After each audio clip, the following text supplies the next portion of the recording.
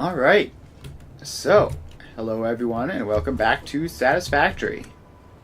So last time we were in the middle of making our assembly director systems, and we're also slowly chipping away at the Christmas event as the new stuff gets available. So let's go over to the calendar and see what we have this time.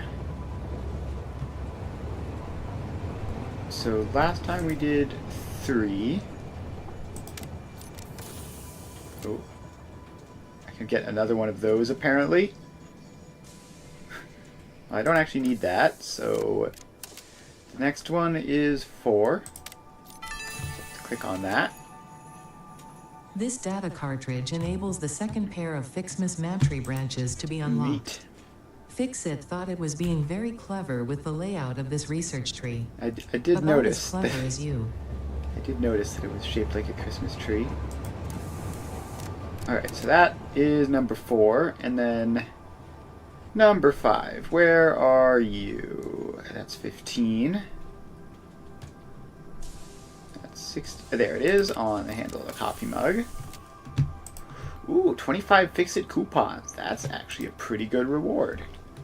It's going to make us a little bit closer to the golden nut. So, now let's do the holiday event research. So we need 20 candy canes and 25 bows. So let's head on over here and just toss all those guys in and get these rolling at full speed again. We don't currently have enough candy canes, but that should change soon.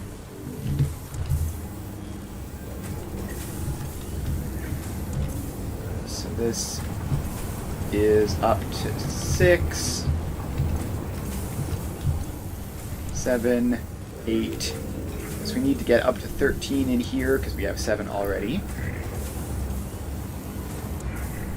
10, 11, 12, and 13. There we go. So now we can head on over here and get the unlock. Click. Alright, upgrade 1 complete. The red and blue Fixmas ornaments are produced from gifts, unsurprisingly, but this time in the smelter. Now I hope you listen to that, because I will not repeat it no matter how confusing this all is. Blame the original Fixit Fun engineers. Most of them ended up in jail for various reasons. But do not worry, the event has since been vetted by the second generation of Fixit Fun engineers, who were only sued. Oh boy. Alright, so you can unlock Snowman and a Christmas tree of some kind. Alright, so let's get the smelters down.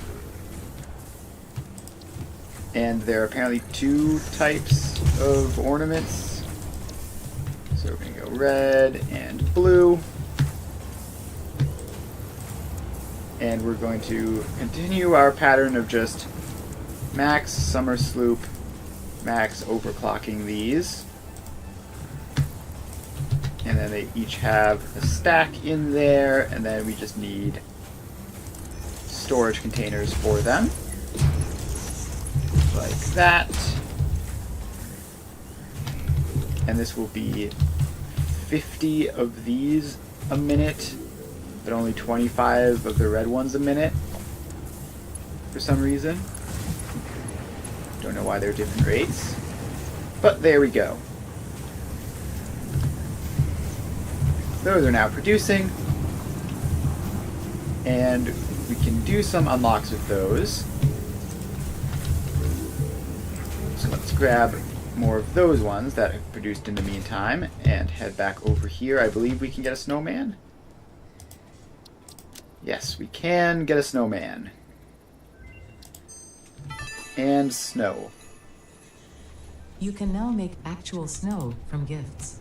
And by actual snow, I mean it is constructed from chemical elements. Chemical elements. With Isn't this everything actual constructed snow, from chemical you can elements? now make Fixmas snowmen, which are proven to improve pioneer socialization and combat loneliness.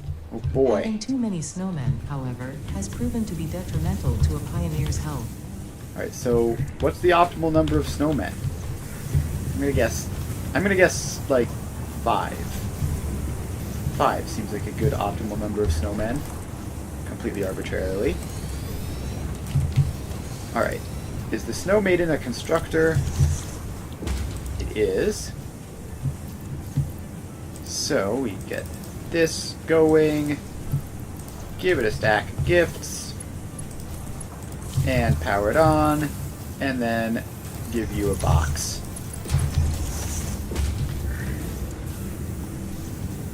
Alright, so that is now snow getting produced, and the snowman costs a little bit of everything, and a lot of snow. 5-to-4 ratio with summer sloops, which is not terrible, but it's also not incredible.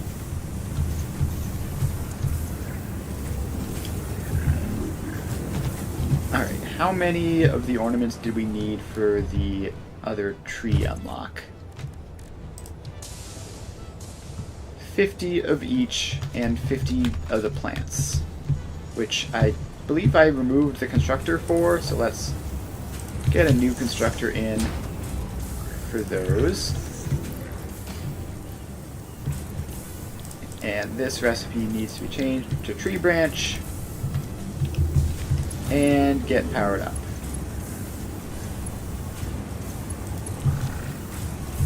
There we go. Now we have everything officially being produced. So we can grab some of those and some of those. Let's grab those out of there. This will just have everything in our inventory. We could dimensional storage these, I guess, if we wanted to. We could dimensional storage them. I don't know if I have enough Mercer Spheres to make that convenient. Let's just unlock that.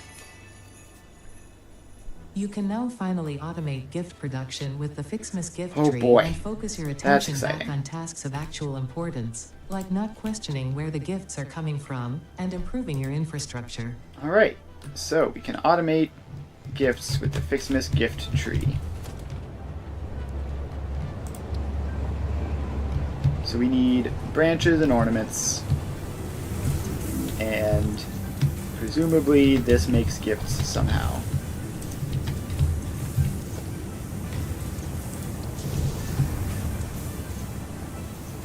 Alright, so the tree goes there, and I guess, oh, it just outputs at a steady rate. Makes sense. Alright, so we're gonna need to split that. We're gonna need more space, I think. Yeah, this didn't turn out to be the best possible place to put all this. It's fine though, because we can add a second floor. We can just go, actually if we just go down, that would be more convenient. Build the trees. Do we want to build the trees underneath? That seems not very festive to have them hidden away. So let's build the trees up above. So this goes up there. And we get a floor all the way across this. And we need plenty of space up here, though not all that much.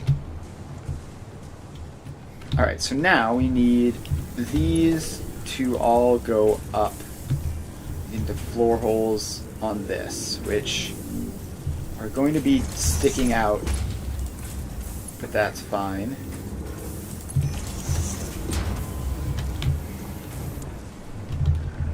Alright, so then these just continue going in. These ones are further back, so because they're not lined up for whatever reason. So they have to go in like that. And then they go up. And that one goes up. So now we just hook all of these up to belts. And then we can use this space up here to split the resources into all of those. Which I'm not going to worry about having it be perfectly balanced to run all the machines. I'm just going to have, you know, some go to all of them, and even amount go to all of them, so that they make proportionally the correct amount, I guess. So these go across like this, and then they go in to all of these. Then we get a splitter, which goes across to all of those, and we're probably going to want faster belts at some point, but not too worried about that. So now we get a Fixmas gift tree, and we want this to be like back there and go into a merger just for future proofing, because we're going to want more than one. These produce 15 gifts per minute. So now we have theoretically an infinite supply of all of these things. And I might want to go and grab more Mercer Spheres to get this going properly.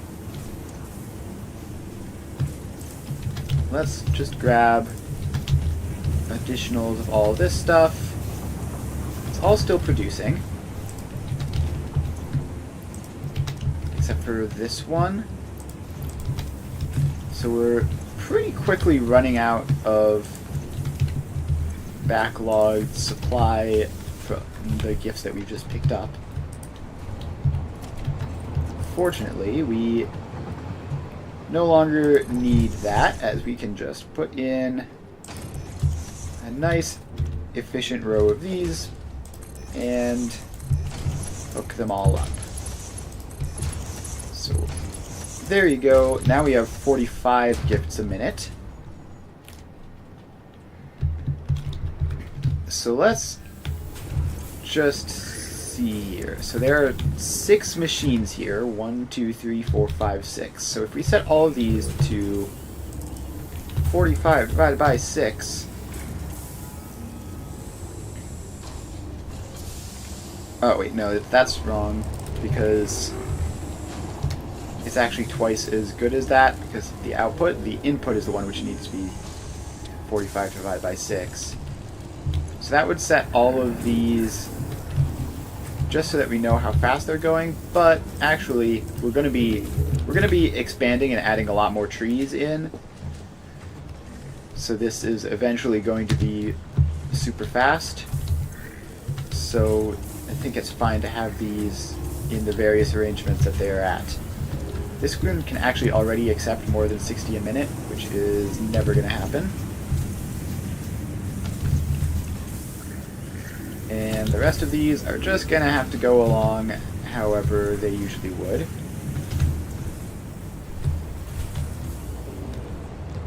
And then I guess we can also have a storage container here. Wait, actually these require gifts to make, right? Yes, they do. So I think I want some proportion of these to go off into a box. I don't want it to be that much. I think the solution is just have like a dedicated tree for that. So we also need more branches to make the trees.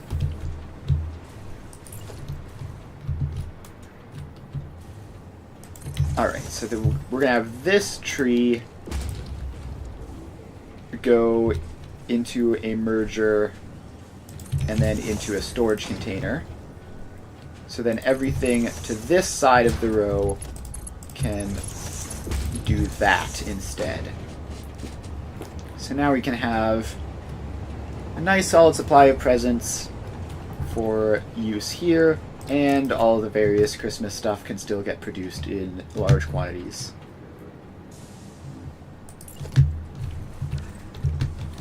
We need even more branches.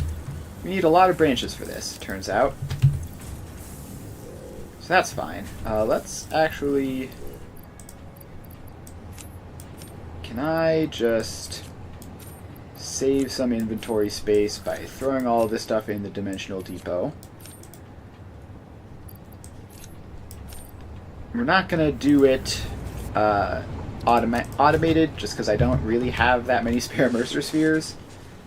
But we are just going to throw what we have in there so that we can hold on to it without having problems. Now, I really want just one more gift tree so that we can just have a full belt of 60.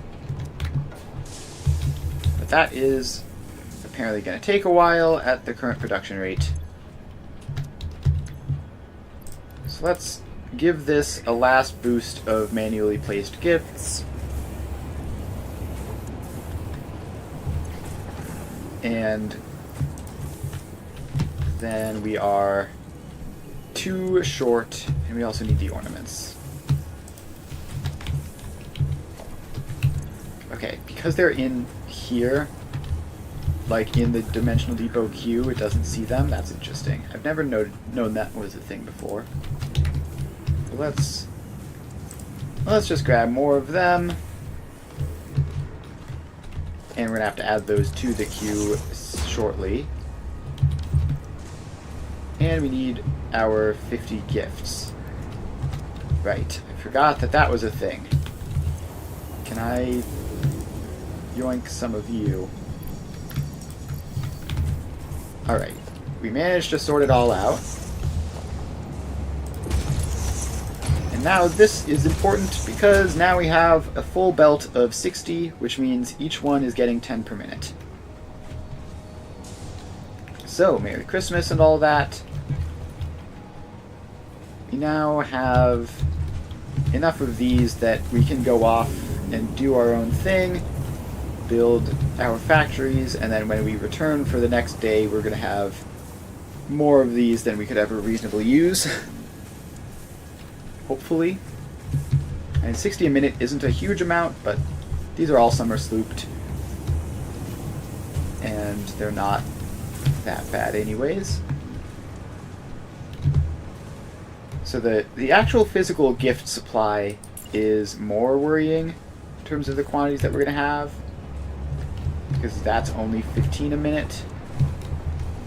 I guess we'll double that. Let's just double that. Grab some more of you. Alright, so we need more gifts and more leaves. Are these called branches? Branches. Alright, so let's grab these last couple of branches, and then once we place down this one last tree, we will depart from this area and go off to the assembly director systems, which also need addressing. So now we have 30 a minute for raw presents. And the assembly director systems are over here, sort of across the way from... Oh, I almost got hit by a train. They're just across the way from the... What's it called? Adaptive control units. Actually, just right next to them, basically. So we're going to have to head off to the east to find them. And then we can start worrying about complicated stuff. Because we need to do all sorts of load balancing. We need to figure out how to get those weird rubber and plastic numbers to work out. That's going to be the biggest thing. So So let's head over and deal with that. Off we go. Boop-a-doop-a-doo. Alright, I guess we can ride on this train for a short amount. It'll get us a little bit faster. Now we just go past the aluminum and it'll be right there. Alright, almost got hit by that train. Trains are so cool. Alright, now we can just hover up to here. And here we are. So that is the new factory over there, which we are currently working on. Currently it is just a rubber system at the moment. So we have some rubber from that, and we just need to figure out how to do this load balancing, which I remember getting very stuck and confused on. So let's open up this and let's see. So we always have the escape valve of just doing a manifold. That is always a thing that we're allowed to do. But I would always prefer to load balance if possible, just to keep things booting up quickly as opposed to taking hours. So this is our rubber production.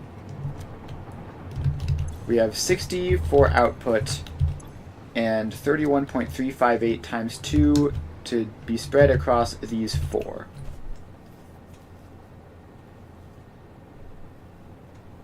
Alright, so how much is this? It's 62.716 rubber goes into these 4. And that's 15.339 times 2 is 30.678 divided by 62.716 is 0.489. Is that by any chance supposed to be 50%? That's just rounded funny? No.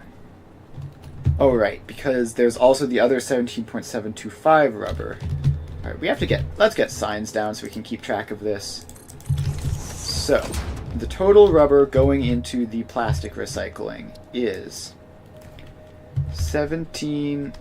Wait, let's do the math first. 17.725 plus 62.716 is 80.441.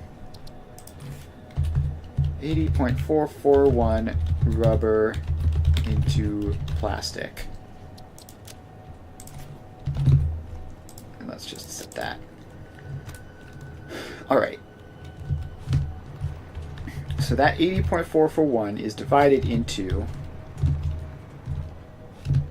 How did this work? We had these two make the plastic which goes back into the rubber, and these two make the plastic which gets output. So 15.339 times 2. 15.339 times 2 is 30.678. 30.678 plastic. No, that's rubber into recycled plastic, meaning that that's the plastic which is going to go back into rubber. And then we have 92.857 plus 6.667. 92.857 plus 6.666 is 99.523.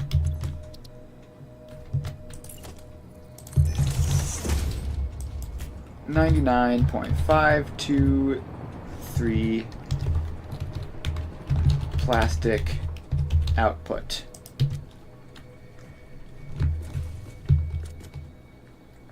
And 61.358 plastic to rubber. All right, so these are all of the relevant numbers, probably. So, first of all, the plastic outputs.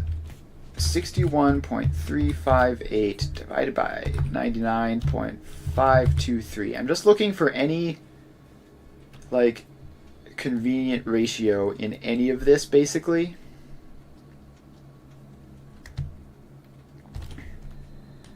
And I don't think I'm going to find any. Which means that we need to do something more clever.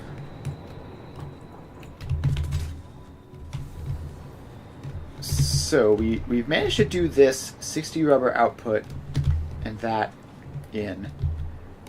What we need to do is make these round numbers. So if instead of this 30.679, what if we just had one of those do that, and then 1.358 here. So then we can fill this one easily with plastic. And these two still just merge up to go into these three, which are not all equal, but should be manageable somehow.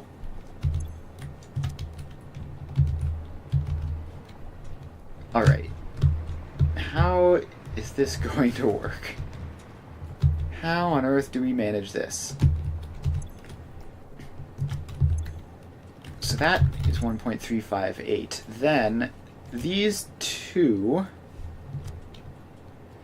Do we just do manifolds? I think we just do manifolds. So what we can actually do is we take this.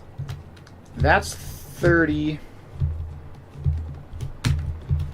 That's 0.6 something.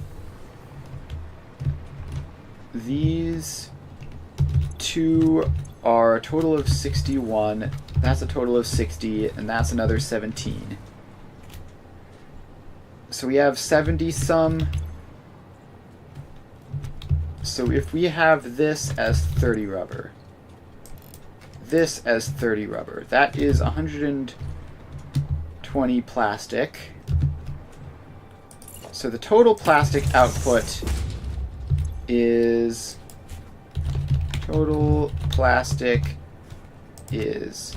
99.523 plus 61.358 is 160.882.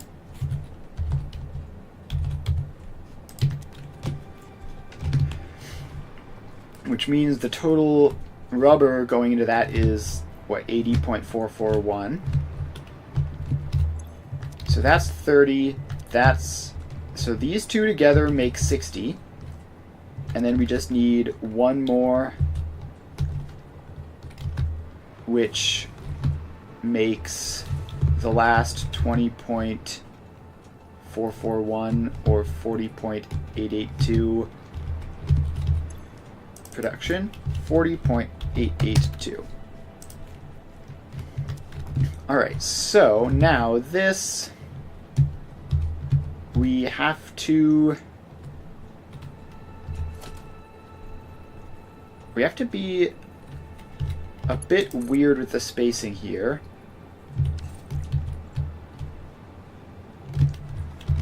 So this goes out here. That's the output rubber. We need another one which does the same thing just for this, and then turns around instantly and splits into those two.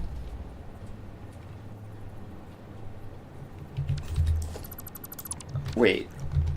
Alright, no. So this has to go like that and then split into those two. So that is 60, center any, right overflow. Then this goes around to there, and that's the remaining stuff. So this works entirely on this side. We have all of our rubber going through here. We have 60 come out there as the output rubber. We have 60 go that way, which then gets split to 30 and 30. And then the remaining 20 point whatever goes into here. Alright. So now we just have to get the other side to work. So, I think the way we do that is basically the same way, because this setup for the rubber output has all of the rubber on the same belt.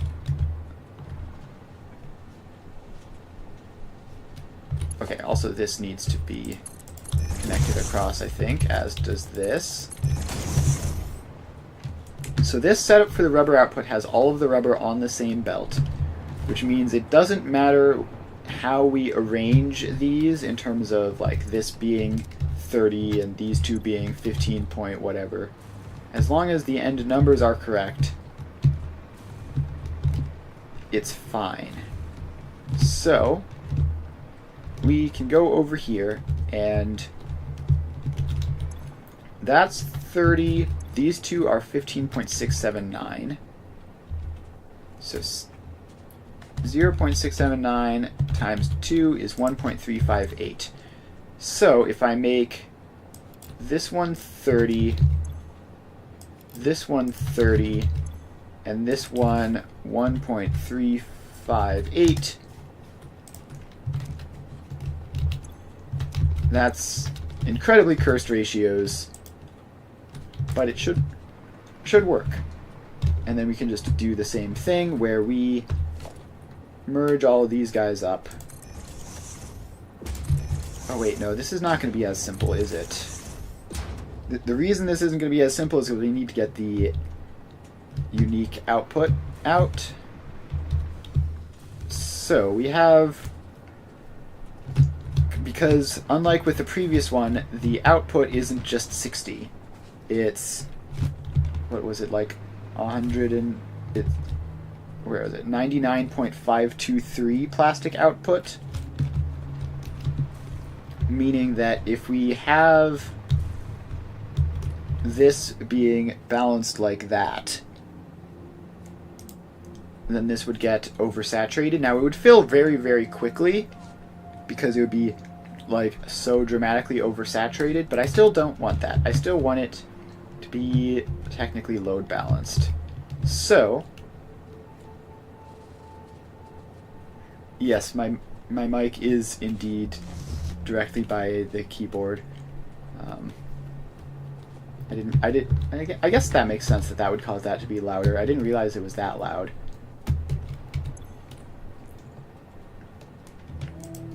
Alright, anyways. If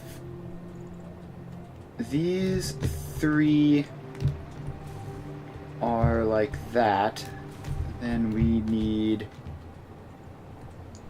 How much was this? Is 30.678 rubber to recycled plastic and 61.358 plastic to rubber. Okay. I don't know how to... Oh, this needs to be twice this. Just realized I did that wrong.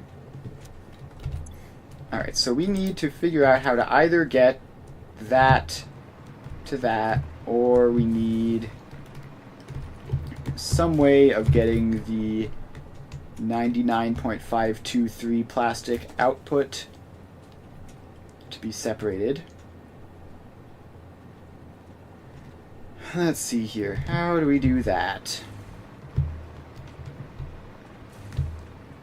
We can arrange these in any way we want. So we could have them all three be equal, and then split even among the three of them. However, then we would not have a good way of getting the output off. So we need all of these to be speed balanced, basically, which I don't think is possible. So we're just going to have to do some incredibly nightmarish stuff in the future to get the output correct, or we can just give up and say that it'll manifold quickly enough that it won't be an issue. I say we just let it say that it'll manifold quickly enough to not be a problem. I've been trying to figure this out for like longer than I really should be at this point.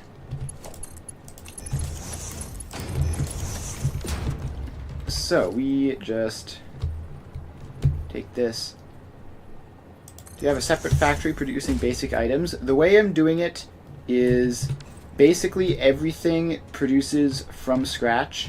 So this is the very starts of my assembly director system. Right over here I have the adaptive control unit factory, which is not enough to provide all the adaptive control units for this, so I'm having to make an additional 5. But basically, I say this is an assembly director system factory. It's very much so just an adaptive control unit factory that I'm importing assembly director systems and supercomputers to. So I don't have like dedicated factories for each individual item, but for the more complex things I try to import them just to save a lot of effort.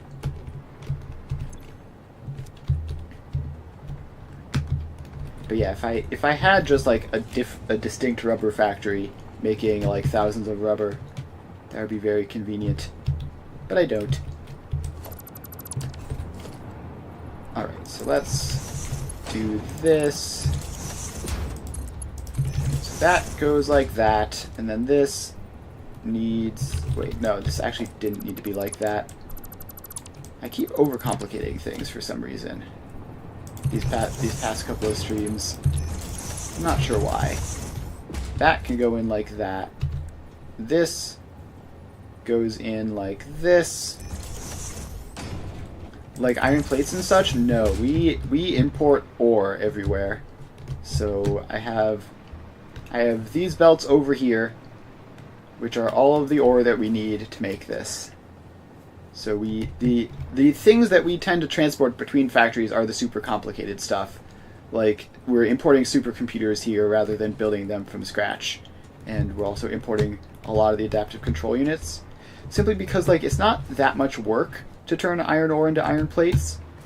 It is a lot of work to turn, like, 20 different things into supercomputers. So if you can skip more steps, that's more time-saving than skipping fewer steps. Alright, so this is the belt which goes to there. And it's going to be center any right overflow. So at least most of these will be balanced. And then if we do find some horrible way of getting this right, then that'll be great. So that's center any right overflow. We might change it at some point to be right any center overflow if we figure out how to speed limit to, what, 99.523 or whatever crazy number it is. But I think that's unlikely. So now we just have to connect those belts across. And let's see, so that's 100 some plastic. That's another. So yeah, Mark III belts in there should be enough. And now we just need to import the fuel. So we go here, place in a pipe, and drag it across. Now we just put junctions on all of these. And there are probably better ways of doing fluids, but this is by far the easiest. You just stay above them and then go down and in. Then this one goes across on this side. And we put all of our junctions in. There we go. Now we have to connect the fuel up, and we can just wrap this around. That didn't go perfectly straight. Let's just not worry about that for now. Where's our fuel? Is it this one over here? Yes, it's this one over here. Alright, so that just pops into there. And I think we have to connect power lines to these still. So let's get you in. And all of you get hooked up.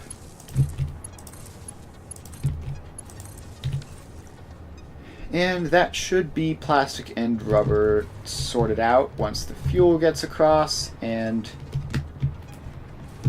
the rubber doesn't fail. It doesn't look like the rubber is failing, though. So we are looking a bit short on polymer resin here because this just started. So the good news is that the residual rubber will jumpstart this process, probably. Yeah, so now these are all filling up with rubber. And they're going to produce some plastic, which will then produce more rubber, and then the loop will go around and around. Alright, so then we have to take this out.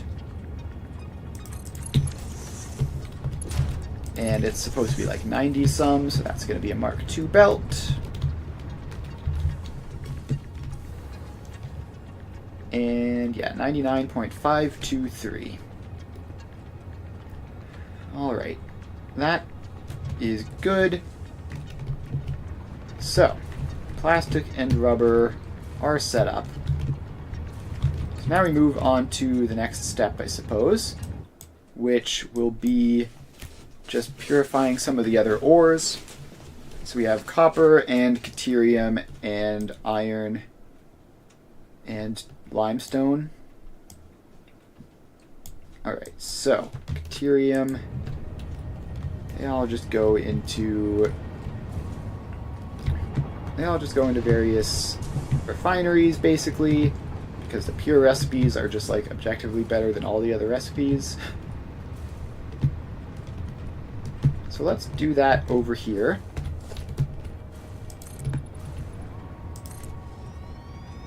So this just goes, we get some space. And we drag all this out.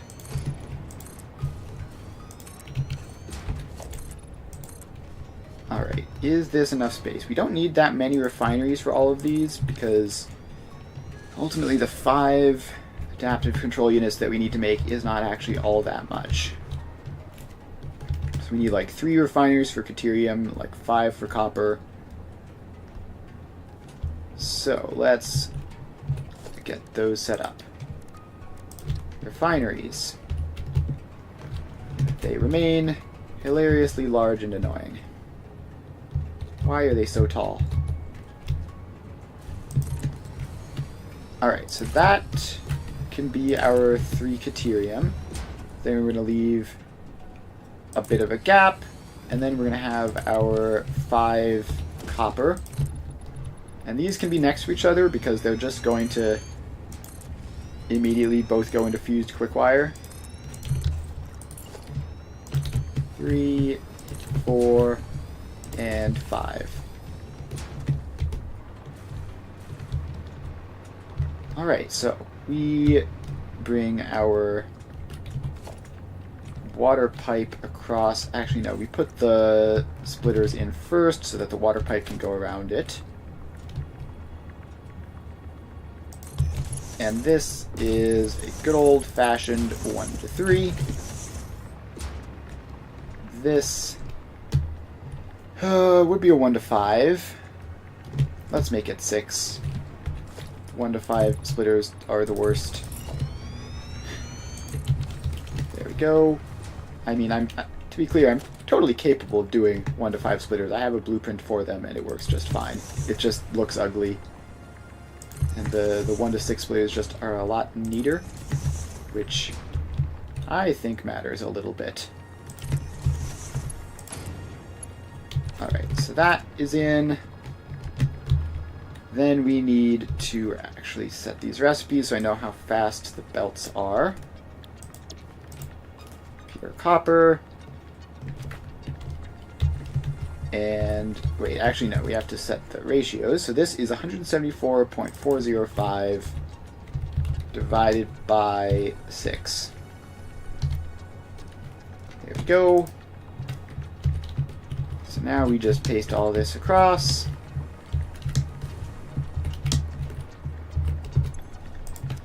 And we've got our copper. So it's going to be 11-ish each, which means that these can be Mark 1 belts for the first 2 rows.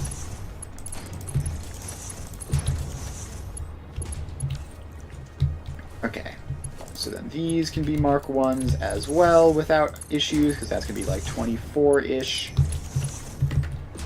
And then that's just the copper ore going into it, which is 70. So I guess we can just drag that across then. Okay, we need to be careful to leave some space for the others to like go up and get out of the way, because this is going to be cutting off a little bit of other stuff. Alright, then the Caterium also goes around directly in there. Pure Caterium ingots. And it is 34.881 divided by 3.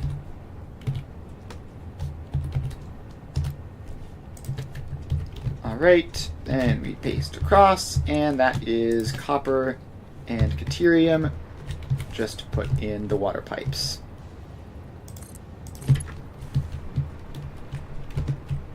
This goes across to here, and then across again. Can it make it all the way? No, not quite. So it'll just go there, and then have one weirdly short segment there, and then all the pipes go in. Did that get placed right? No, it's slightly offline. There we go. Whole bunch of water pipes to put in. Some of them snap in properly, some of them don't. Who knows why?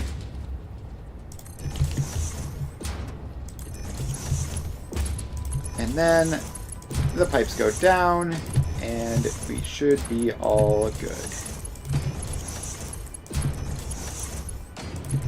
So this goes across. And now we just have to connect that into the water pipe, which is, let's see, there's more than one water pipe necessary. There's 975 total. Most of that goes into pure iron, though, 531 water to that. So I think we can just have every other usage of water be on the same pipe. So that would be this pipe, which we've already used for rubber. So that goes up in there and provides water.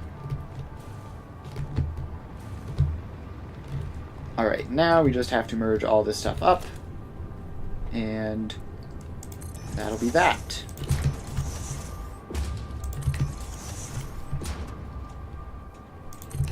So these belts all go in.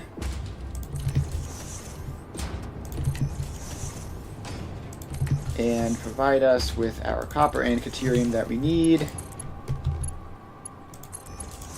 for just all directly into fused quickwire. No other usages for any of them. So that's convenient. We don't have to worry about any of that.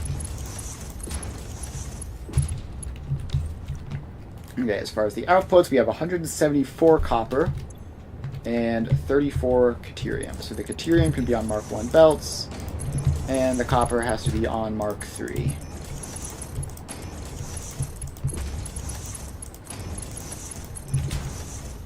And the outputs are manageable, so that's good. Don't have to use Mark 2 belts for those. Alright, let's power these up, which I could have sworn I did already. I don't know why I thought that. I definitely didn't. So these all get attached up to power lines. The water has filled up these pipes, so we shouldn't have any problems with that. Did I actually connect that, or did I just place another power pole? I think I actually connected it. We'll see in a second. That connects across, and now this is all yellow. Alright, over here, the rubber and plastic seems to be filling up. It's going to saturate like this, because I haven't put any sinks in. I should probably do intermediate sinks at some point. I'll do that once I have all the raw resources, I guess. Alright, so that's set up. This is going. And we have our first batches of copper.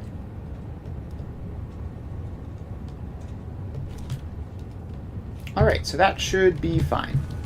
Next up, we need to do the limestone, I guess. So wet concrete, just 2 refineries of that.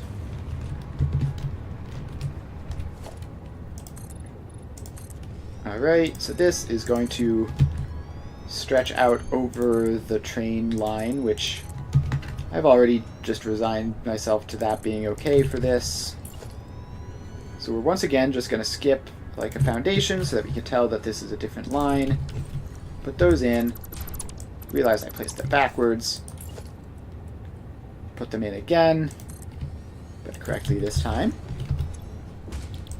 And set them to wet concrete. And it's 1.5 each, so this...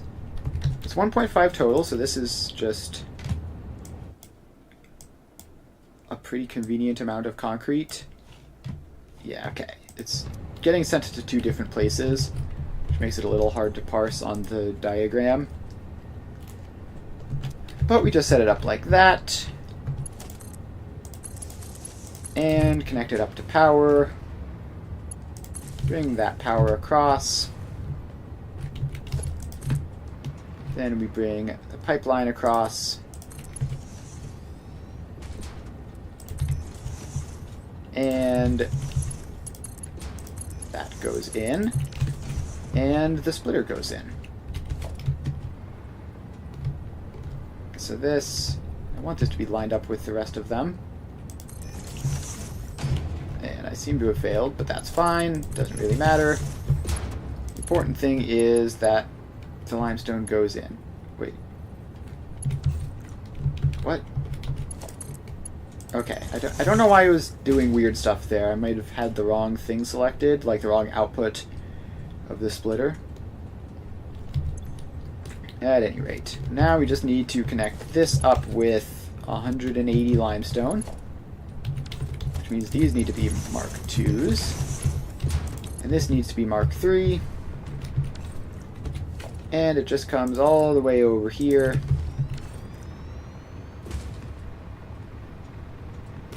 Alright, so the limestone is going to need to do some creative stuff. So you go up a little bit, and then you curve around, and you stay up a little bit, and then you can come down here, and just make your way on over.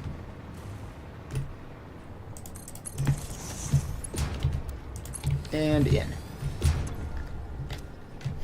Alright, limestone, check. So let's get the merger in, and we actually only need one merger for this. It's 60 each for 120 total. So that is limestone done. Alright. Then, the last of these is going to be the most complicated, the iron, just because we have 27 refineries-ish of that. So, we're going to set up everything we've done so far into sinks so that it can run stably, and we can make sure that there are no mistakes in any of this stuff. So this goes out to here, where it goes into a smart splitter, and then right is set as overflow, which will currently obviously be all of it, and that is that. Okay, so then we need to put throughput monitors and power the sinks on. That's important. There you go. So that's concrete. There are presents everywhere. I'm not going to be picking them up because we have them automated at this point. Alright, this is a bit close, but I guess we're just going to have to deal with that. So you go across to that, and then get attached to a power line somewhere. There's one. Right, overflow. Now we go over here to the Caterium and put in a sink for you. And shift you a little bit over so that you have space. And give you a smart splitter. Like that. And where is a power line? There's one. Alright. Right overflow. And all good. Alright. So next up, last but not least, we have the plastic and the rubber, which need their own sinks.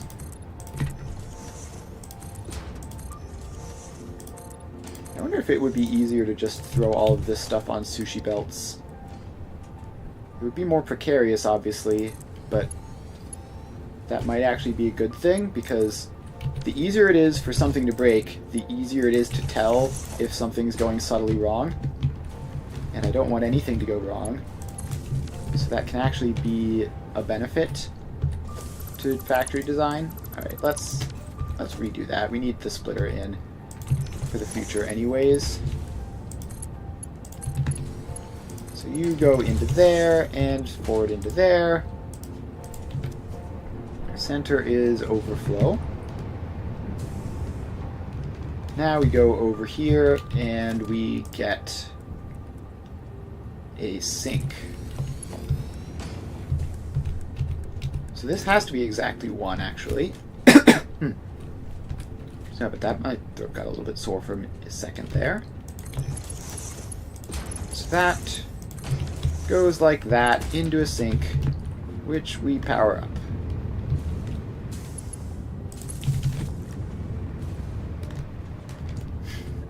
Alright, so hopefully that will have everything running smoothly, and we can return to this later to make sure that nothing has broken.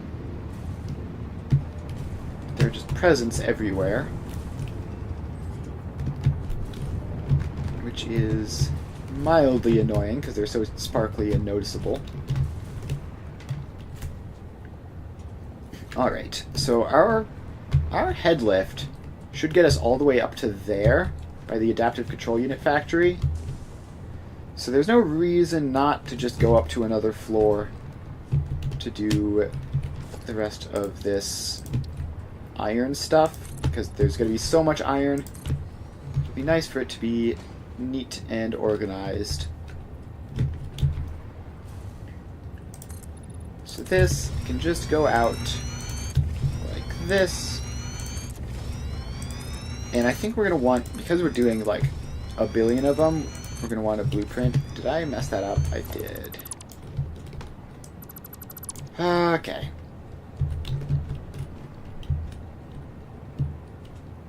Max dismantle all of that because it is 1 meter too high.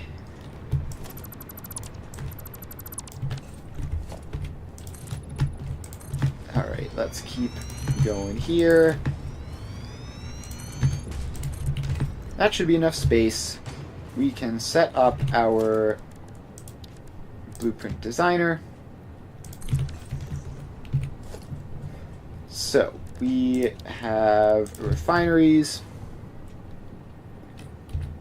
And there's going to be what? Minimum of 27. So the closest convenient number would be 32. So let's go with 32 as the number we're going to be shooting for here. So we can squeeze 4 refineries in along a row. I think I want these to be pushed further to the back because we need some amount of space for manifolding and stuff for balancing on the front half, whereas the back half is just a single manifold. It's not really a concern. Alright, did I place that wrong? Yes, I did. I didn't place it close enough to the edge. I'm really just sort of being bad at the game today. I don't know why. 1, 2, 3, 4. There we go. So this all is going to get balanced together. And it's going to be pure iron. And how much is this total? Okay. 26.576. Alright, let's just add up all the numbers there. So we have 940 plus 740.741. Oh, my keyboard ate the 7. Plus 33.3 plus 13.3 is 1,727.4076. 1727.4076. 1727.4076 divided by 32. That looks about right. So we're just going to copy that across to all of these guys. And that means they're outputting less than 60, so we can use Mark 1 belts here. And then this is going to need to be Mark 5. And then our inputs. So we have 29 in each of these. So we get splitters, which are Mark 1s there and there. Then we just merge those up with this, which can also barely be Mark 1s. And then the inputs to those are going to have to be Mark 2s and etc. Now we get the pipes in, which go here, across this way, and all of these get junctions.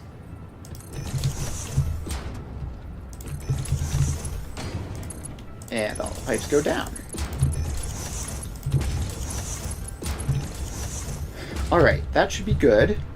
Now, what we can do finally is we should be able to squeeze this in and that in so that the belts on the back will auto-connect across and we won't have to worry about that.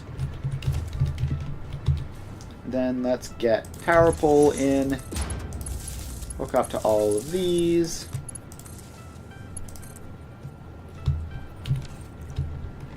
all of these attached up? It's so hard to tell. That one is, that one is, that one is, that one is, yes.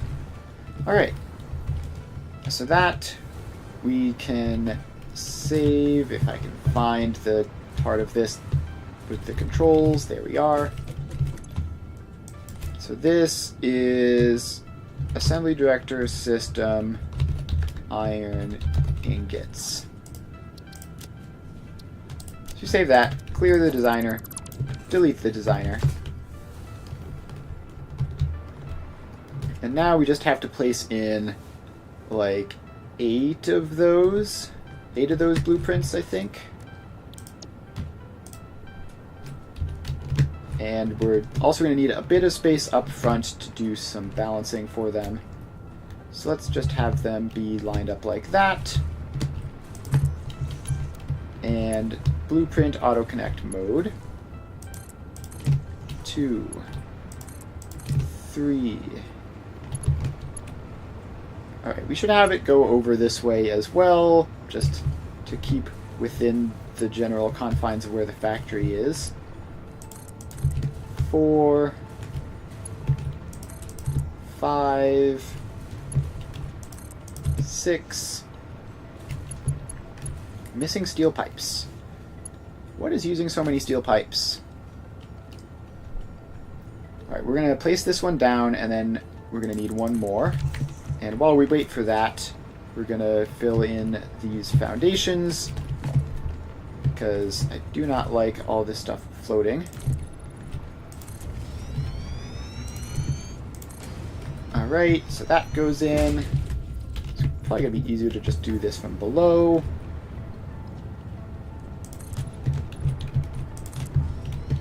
So all the foundations get placed, and they all go across.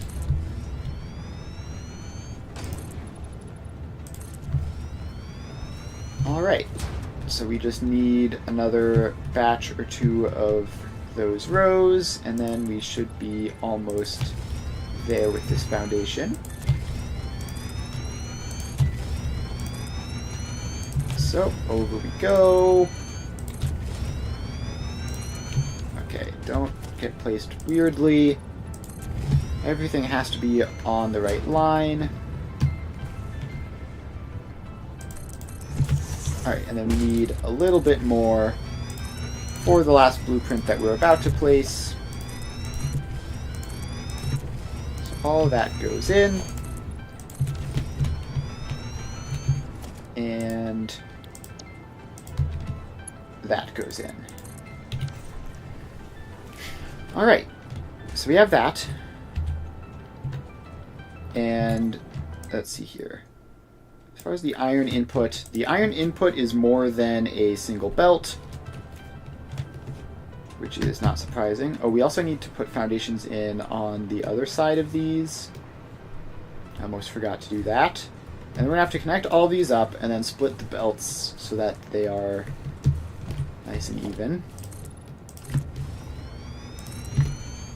So that all goes along. This down here gets sent across.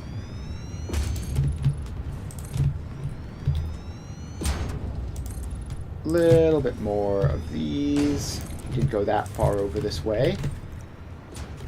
There we go. That is enough. Alright. Next step is... Gosh, this is a really long manifold for water to get sent into. I don't love that, but whatever. So next step is to get the water in. So we are just going to take this, loop it back over this way, because we want to feed this from both sides in order to minimize the delay and how much water has to go down one pipe. So we've got that in towards roughly the center. It should only be 531 water on this whole line. And then we've got this which also comes along. So a single pipe should be more than enough, even accounting for some inefficiencies. And just making sure we do it like this should help make sure that that is the case. Alright. Now I just guess I want a junction there, which goes into those two. And then we need... place that sort of awkwardly, so I want a little bit more foundation. And a floor hole, which goes down there. And then this pipe goes up into the floor hole. Alright, so assuming headlift hasn't done anything weird since last time, this should fill up.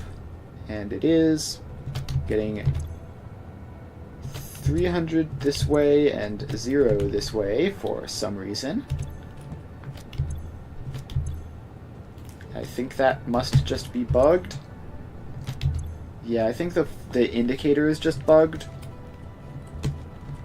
And there is, in fact, water going through this. And you can tell because, you know, there's water on the other side.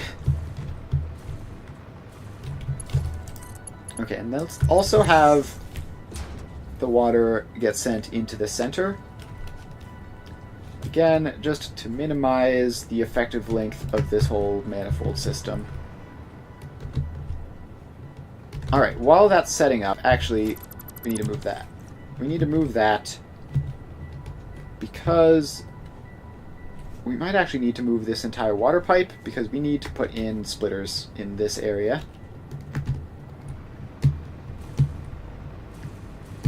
So this is going to need a lot of splitting. Probably would have been much more efficient to use speed balancing for this, but it's too late now.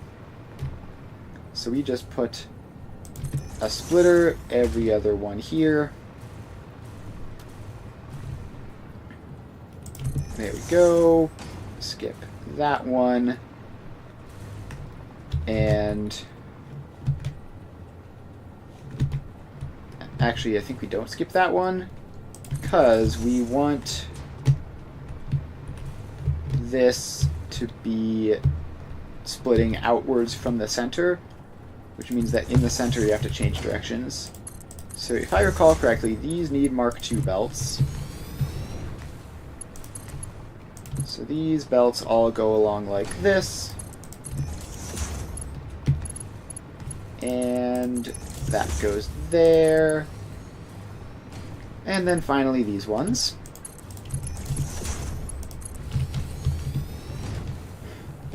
Alright, so we've got that. Then we are going to need to move these pipes back a little bit.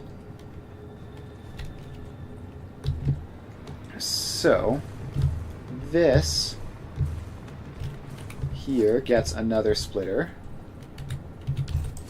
So let's cut that pipe out of the way, put that splitter in. And Mark III belts, I think, are good for this, if the previous ones were Mark IIs. So this comes along and in. Alright, then we have the same thing over here. So we have that, and yeah, this whole water pipe is going to need to be shifted back a little bit. We need space for these belts. So that, and then over to here. I feel like I might have done the math wrong on these. Let's see here. These are 29 each, which means that this belt here is 60. This belt here is 120. This belt here is 240-ish. No, I'm correct. Alright, cool. So, now that we have those in, and I did put those in as well. Yes, I did. So now we just need... Something is definitely not mathing here. Did I... Hang on. 29.067 times 32 is 930.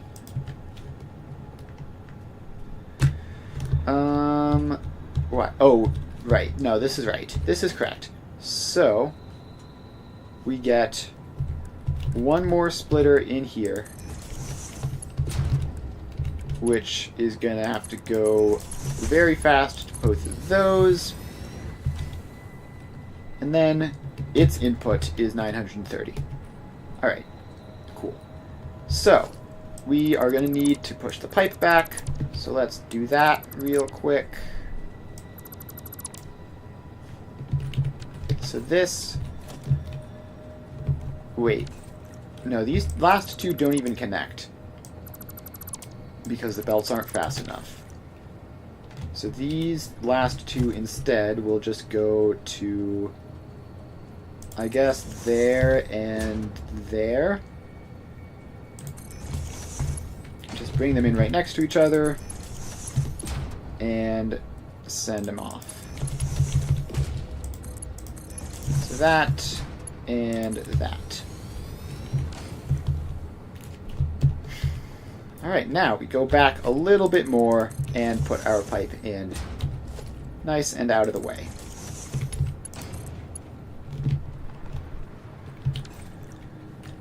So we need a little bit of a foundation for it to rest on.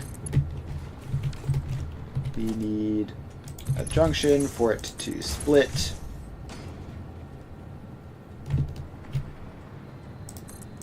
And that then goes across to there. And this goes across to over here. Alright, now the pipe goes up. And it's that pipe goes up there. And it's not snapping in, because of course not.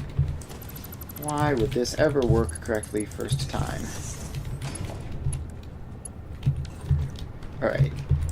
Let's try pulling it from the junction into the floor hole. There we go, that worked. Alright, so now that's all connected up, and water should be going back in. And sure enough, should be filling up that whole system. And then we just need to get the iron into these, which I guess we are going to have to leave these at some height above so that this can go up and into them. So first they have to sneak under this limestone belt, which is a bit in the way. And then they go up. So we sneak under the limestone, and then we go up. Oh, that clips. That clips a little bit. So we can't go quite that far forwards. I have to go like that. Alright. So that is that, and then we just have to ask the question of why has all the iron disappeared? Where did it go?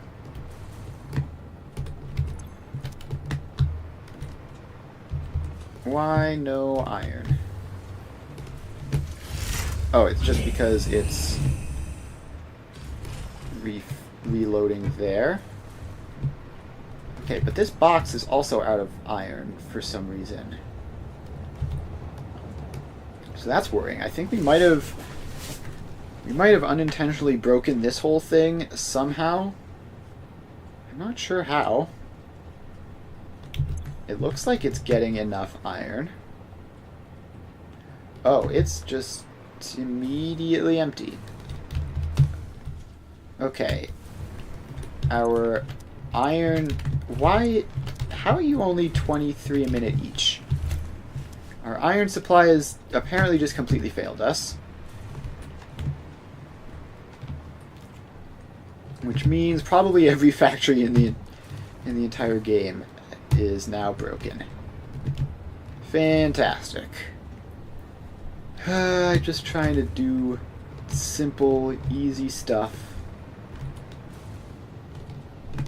Alright, let's finish up, get these attached up to a sink, and then we can go and deal with the iron. So, if I'm correct, 53.981 times 32 is a large number which we can't deal with. Times 16 is still a large number that we can't deal with. So we have to bring it down to 4 groups of 8, basically. So we have 1, 2, 3, 4, 5, 6, 7, 8. And then we cut that out. And we make you a belt. Then we have 1, 2, 3, 4, 5, 6, 7, 8. Cut that out and give an output belt. 1, 2, 3, 4, 5, 6, 7, 8. Get rid of you. Have an output belt. And then we have 1, 2, 3, 4, 5, 6, 7, 8. Which just has an output belt. Alright, so we need to get all of these up to sinks, which we can just have nice and coordinated over on this side.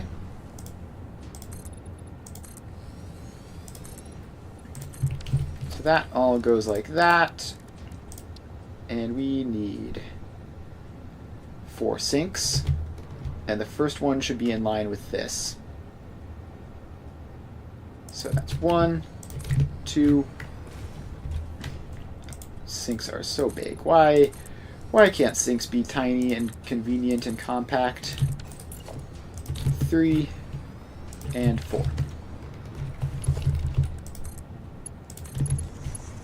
Alright, so now these just have to go back. And actually, we're going to compact these sinks in so that they don't take up infinity space across the entire thing. So this is going to go back to, let's say, there. This one can go in to there, and this last one can go into there. Alright, now these belts go across, and we just have to hook them up.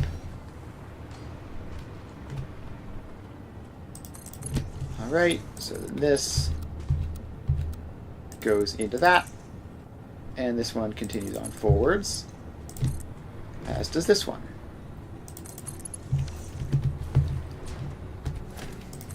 Alright, just to drag all that across, and belts go forwards.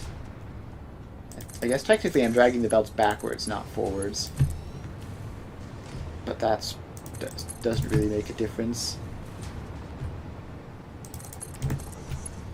Alright, so those are all connected up. And then finally, with all of that sorted, we just need to power them on, and then immediately leave and just find more iron somewhere. So there's something has gone wrong with the iron ore distribution system, or maybe we just got like a bunch of unlucky deliveries, but that seems unlikely considering an entire full box of buffer emptied. Alright, so we need to power these sinks on. That's an important part of this. And then we need to connect it all up. So this power line comes down to the next floor and then across into something else. Alright, so iron is now being powered. I thought No? Did I somehow find... Oh, I just didn't connect it properly. Okay. I clicked, but I guess it just didn't work properly. There we go. Now it's connected up. And now these are all filling up with iron. Which means we're going to have to figure out why the iron supply is completely bricked. Alright, so we drop down here. And these are all empty. And not really providing much of anything. So, let's respawn. And find our iron hub, which is right here. Okay, so that's the ACU iron, and it's following immediately after modular engine iron. So that's going to be part of the problem, potentially all of the problem. So we do have a lot of iron here. It just... Let me guess. These are Mark IV belts. Yeah, so those are Mark IV belts, and there's only one each.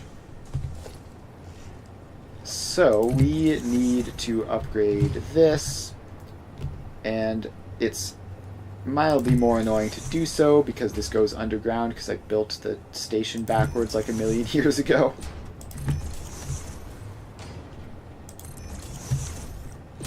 So let's get all this in.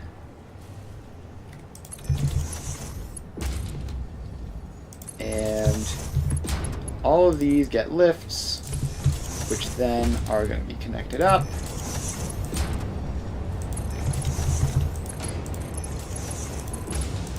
Alright, so those lifts are in. Then we need to upgrade these existing lifts to Mark V. So all of that gets upgraded. Now we drop down here. And we need to upgrade all of these lifts to Mark V. This would be so much easier if I could just have them be facing the correct way.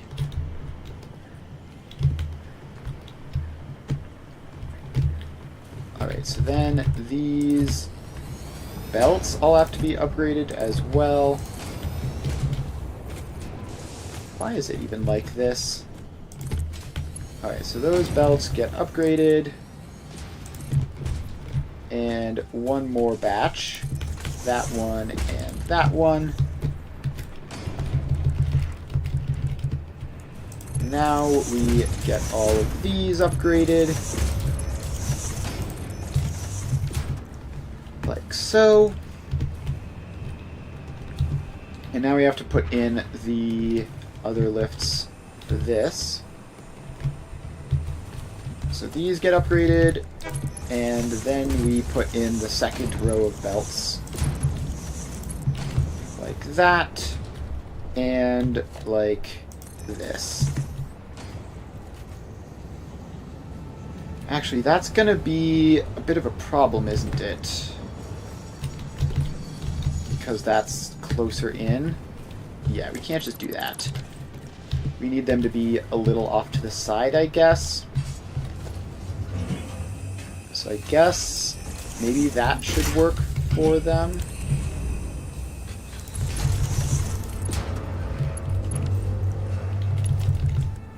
And then this is facing the wrong way. So we have to take it out and rebuild it.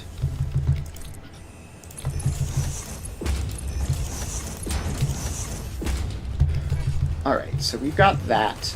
And it does go in properly. And we can bring it down to there. So hopefully that space just to the right it looks clear for all of them. So we should be able to deal with that. So then this one goes in, and we're just going to put them along this line directly in front of the output, which we're never going to use.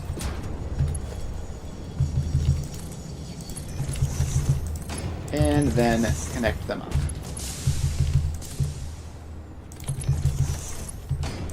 Like that. A couple more. And we're pretty likely to still, after all this, need more iron ore. Because we are adding a lot of demand on. Another 900 is not a small amount. It's also not a huge amount, though.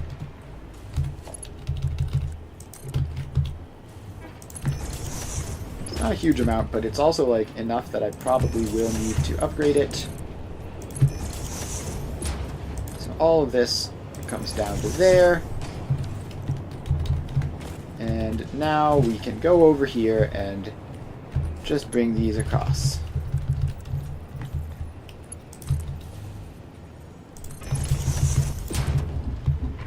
So this goes there and then in there. The rest of these have to connect up too.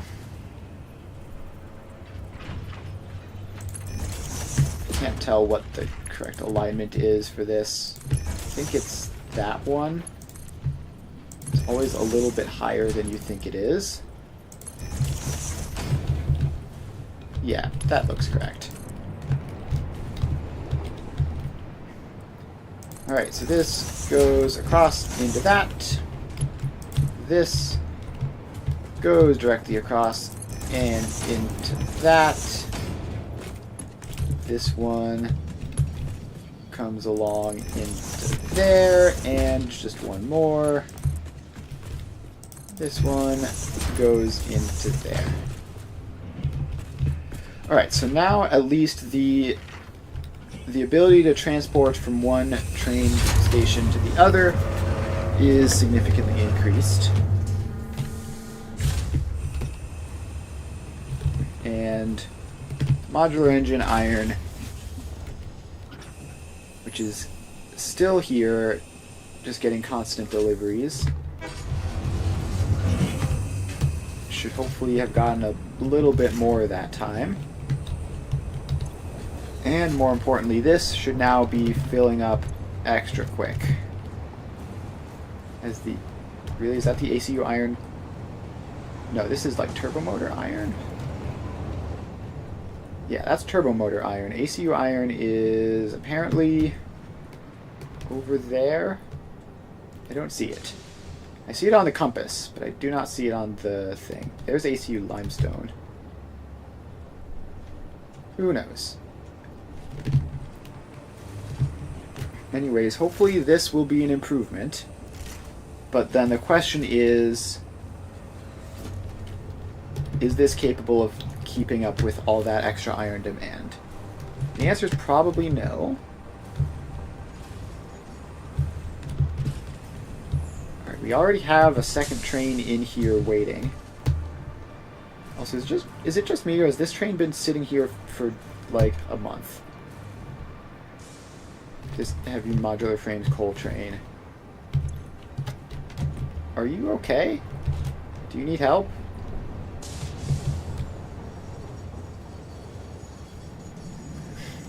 Are you able to leave?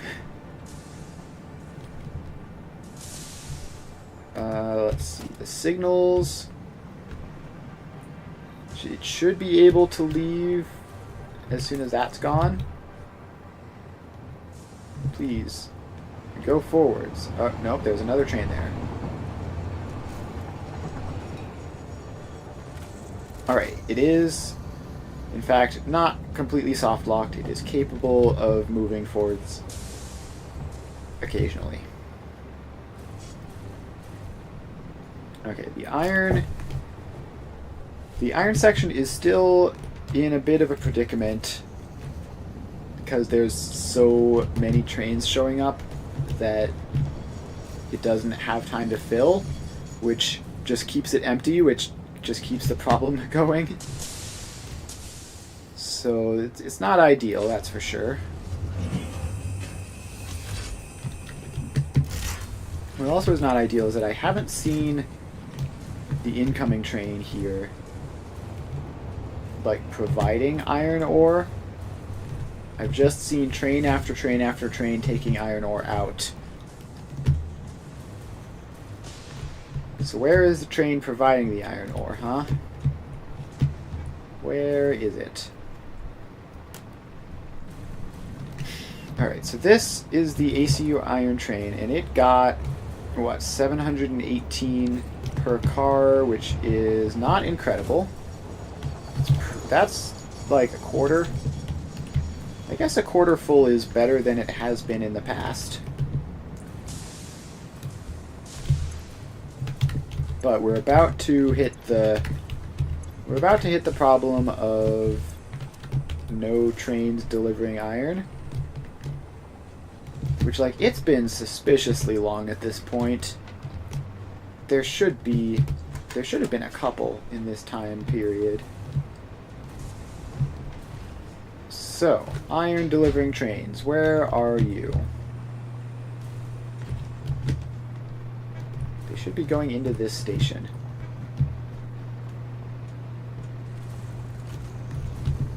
They should be going into this station, and they are distinctively not doing that.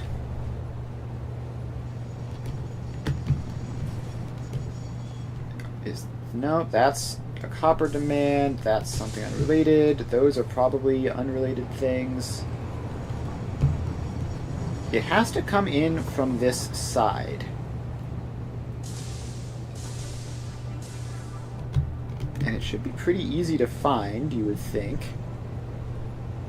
Are those trains allowed to do that? I guess those trains are both allowed to enter that at the same time, because they're on different sides of the track.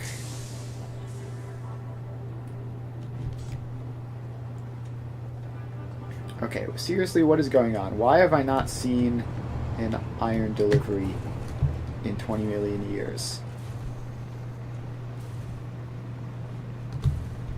Like, this is definitely at the point where it is just straight up a catastrophe. So what is going on? These are now empty. We have drained out all of the iron ore in the system. And now there is nothing. Until... Okay. That one's labeled iron train.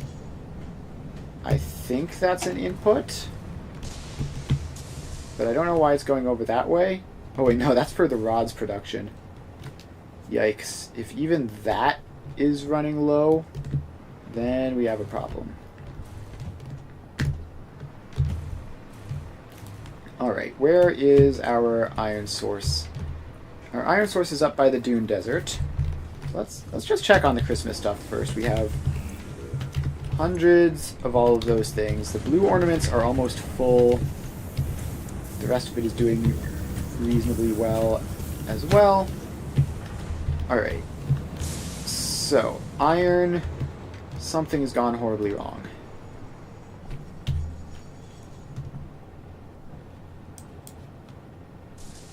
There should be iron trains up here. They must... The only thing is that they must be stuck on the tracks somewhere. But where? Dune Desert iron is stuck behind this whole row.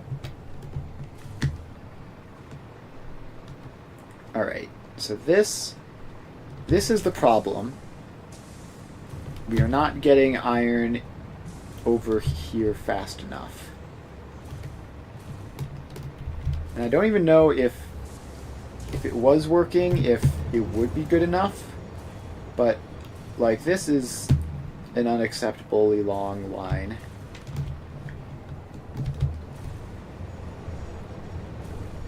So yeah, here's the Dune Desert iron train. I think it might be the only iron train that we have. I'm not sure though. Delivers a lot of iron, theoretically, if it could make it on time.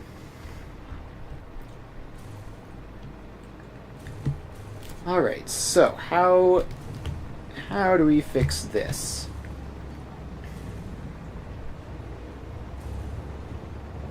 The problem is basically the roundabout. Like, trains have to spend ages waiting here. So that one goes around, and then this one goes through. Yeah, the problem is that every train on the planet has to go through this roundabout basically every trip, and it's just not very efficient.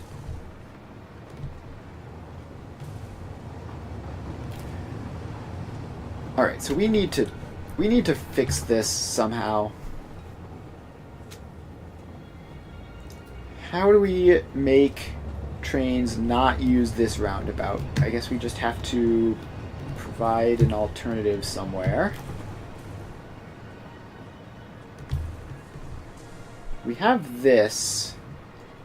We have this sort of secret back path for one of the things, I think the oil. We could add iron onto the list of trains that can use that secret back path, I guess. Alright, this did make it here eventually.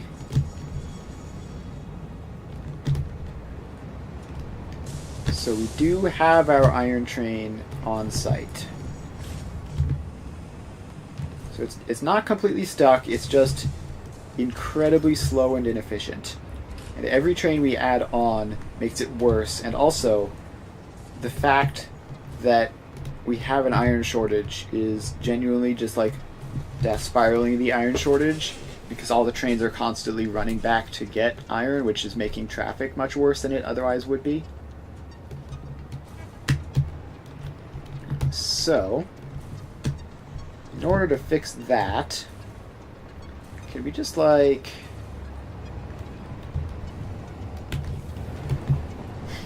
How do we fix this? We need the iron trains to have a shortcut that only they can use, or I guess they can share it with the oil trains.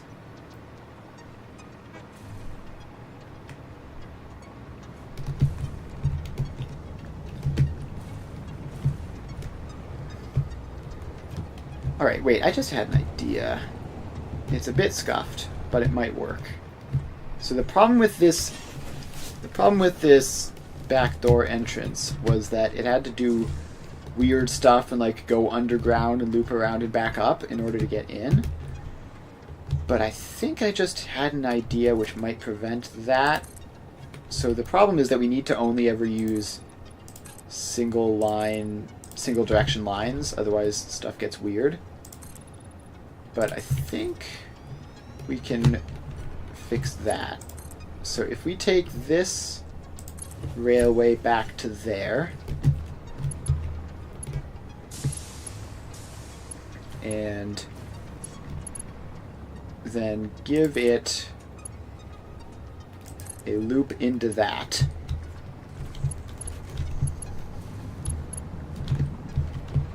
then we can also extend this out like that. Alright, so this one is the one that's like British for some reason. The trains go on the left in this area and only this area because I messed up while designing it. So we have a train coming in here, and we want it to be able to just curve around here and go in there.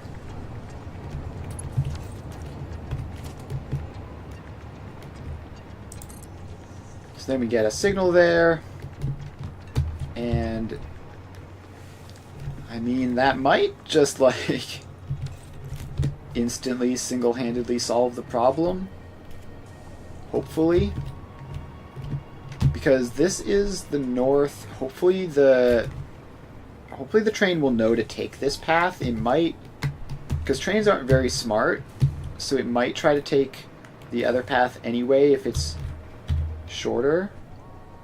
but I don't think it is. So this path is like there, there, and then in. The other one is like, I don't know. Hopefully it works. And then can we get the iron onto this optional path too? I believe we can.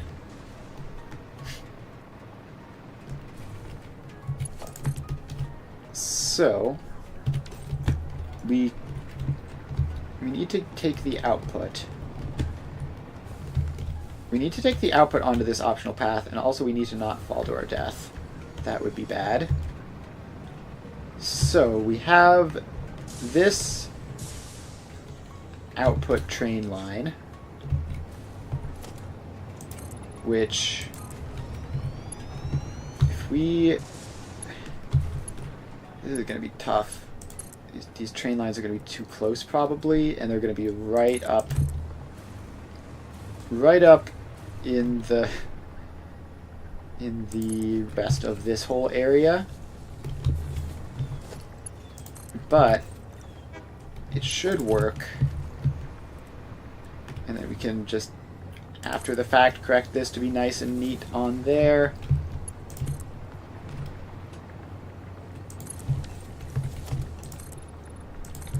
And now this railway goes, and we need to do some correction to get it aligned properly. And it is going to loop around like that. Alright, so now the trains can do that if they want. And we're going to give that one the option as well, just in case it wants it. And we are then going to pop a signal on this, like that. Hopefully some trains at least will take that option if given, and we can divert more traffic off of the main line. I don't know if they actually will, but you know, we can hope at least. So this train is here, failing to accomplish anything. That train is leaving now.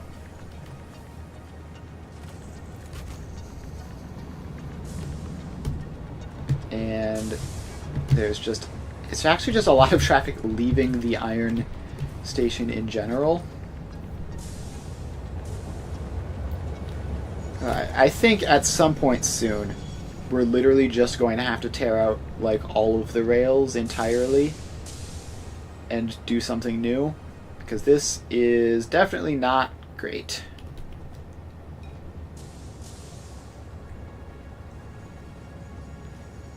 Alright, so where is our iron train? It's still here.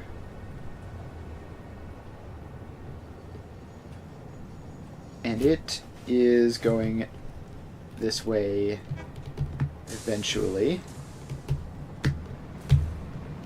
Let's see, is that it? No, it's the one behind that. Yes, it's the one a couple blocks behind the quartz.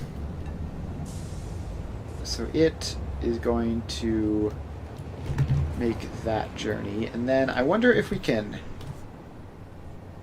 force it actually. Yeah, if we just cut this off, can all of these escape safely? So you would go in like that.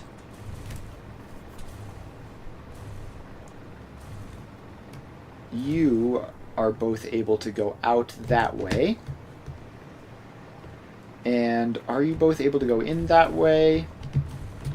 No. We can fix that pretty easily, like so. Alright. So now we have all that, and we've managed to successfully brick the entire thing. Cool. Why? Well, we're gonna remove that then. and that fixes it. So why is that going into there fine, but going into there isn't?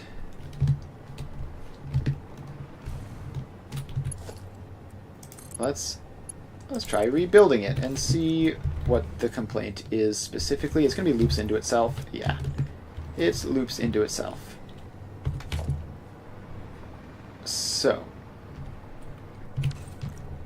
let's remove that, because we do actually have the Dune Desert Iron Train here, and it needs to go in. Because we desperately need that.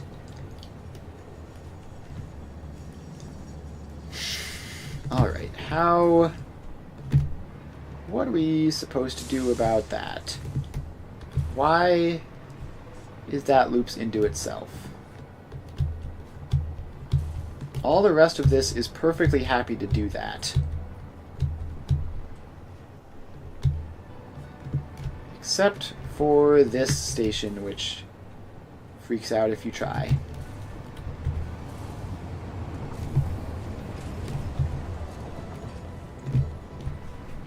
Alright, let me think.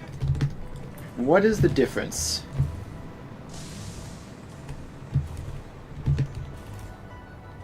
What is the difference between that and that? Is there a difference? I feel like there really should not be. What if we build it like that?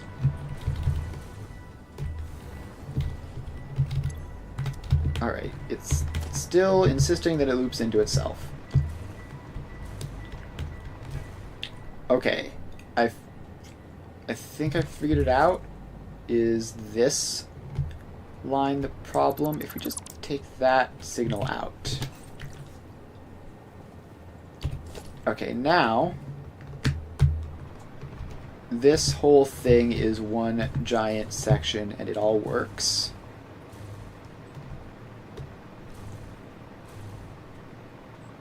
Now I do want a signal there. So now a train can be stuck at that traffic light without preventing things from going out of this one, which seems like that would be helpful. So now that that's hooked up, and also for some reason traffic seems to have significantly dissipated for no apparent reason. Is it just stuck somewhere else?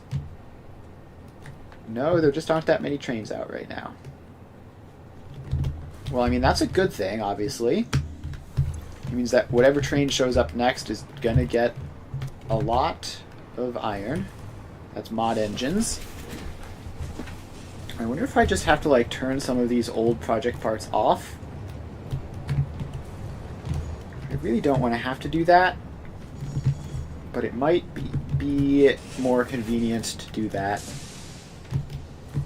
I want everything to be running at the same time, though, so if we can at all help it, we're not going to turn anything off. So if that's modular engines, then the ACUs have always been like immediately after. And also, where is our iron? Is it taking the shortcut? Is it taking the normal route? I don't see it. Which could mean it's taking a shortcut or something. It could just be this. Yeah, it's just that is going in at the moment.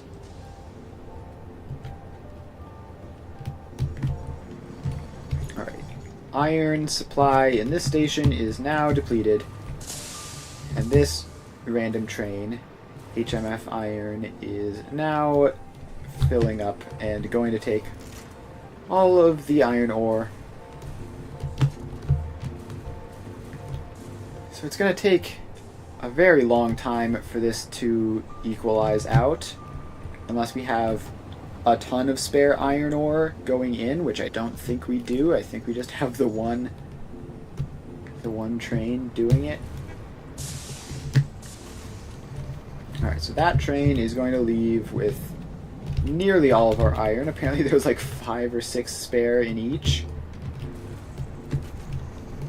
So then the ACUs can get literally like 20 iron total,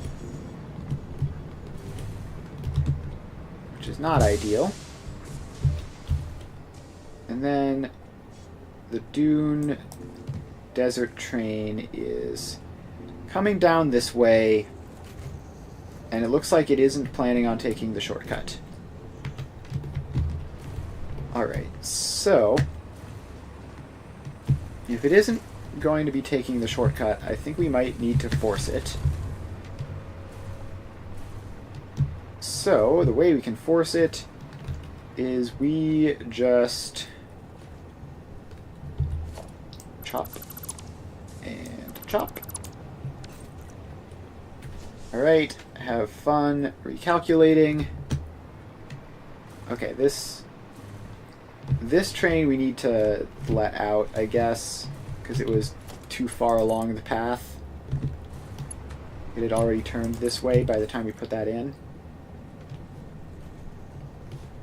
So we're going to reconnect that, let this train escape, and then take the shortcut back out. And then they should only be going through that way, which is relatively unpopulated.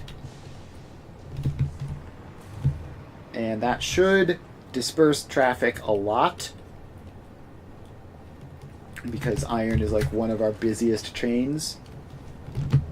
So hopefully that will fix that problem. Alright, so you're out. And we chop. And now we just have to wait and see how much that helps traffic. It should help a lot. It might cause too much traffic over here. I don't know. We'll have to see about that. In the meantime, I guess we can just do more Christmassy stuff. So we've got all these trees. We've got plenty of gifts, but we need more. So let's extend this all the way over this way. And we are going to grab a couple stacks of branches and a couple stacks of gifts.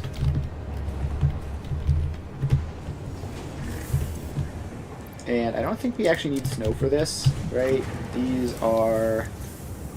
No, we just need gifts, branches, and the ornaments. Let's grab a couple stacks of each. And that's all. Alright, so now we can just slap down a whole bunch more trees.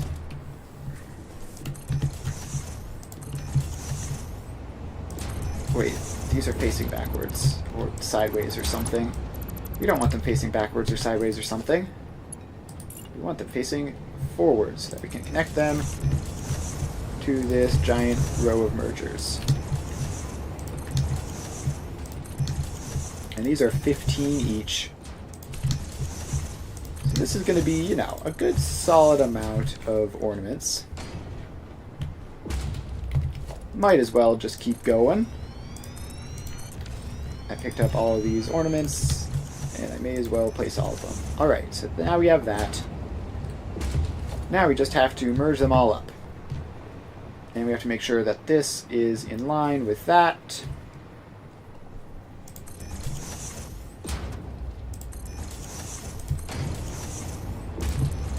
Right, lining them all up. And soon this will be all of the Christmas gifts that you could ever want. So let's just connect this up. And this is so nice and simple. Just like connecting individual things up to a single merger, and then it's just good enough. If only all of the game were like this. Actually, it would get very boring if all the game were like this, but, you know. Alright, then I don't know how fast this needs to be, so I'm just going to make all those Mark 5s. and then not do math.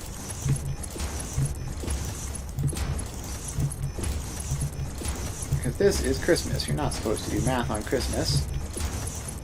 There we go. Now we have a whole lot of trees. And do we also have a whole lot of trains going in here? We do.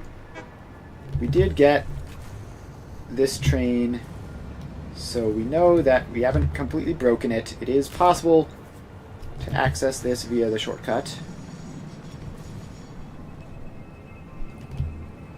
And okay, we might get some gridlocks or something if we're not careful. I don't know if that intersection is completely foolproof or not.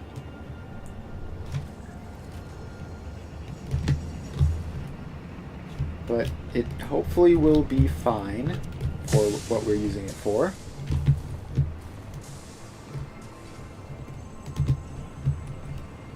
Yeah, now we have traffic over here. No matter what you do, there's always more traffic.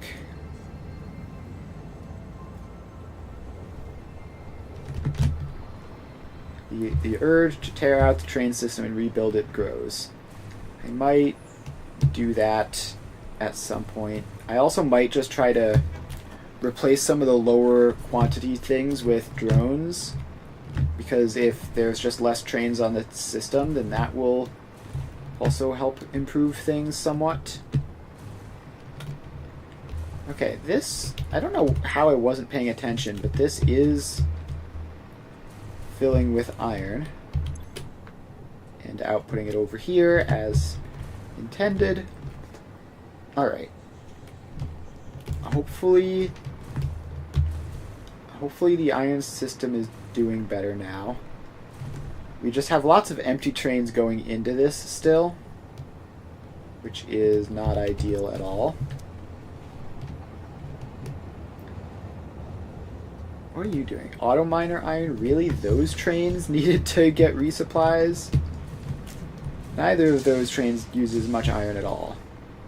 So it's a bit alarming that they're both getting resupplies. Because if those two are empty, everything must be empty. Alright. How is that going? I'm going to go up north to the Dune Desert and see what's going on over there. See if we need... Because when we were looking at the... the oil, we determined that we needed an additional train. So we need hypertube. Go that way. Gosh, these trains are close. I think if we try to do it now, we'll ram face first into that train. So we have to wait a little bit. Alright, we swapped to jetpack, so we're not going to fall out of the sky and die. And the train's out of the way, so we can get going. Alright, just make sure to tap spacebar every so often so that we do not have any downwards momentum. That dramatically increases the length that you can fly off of a hypertube.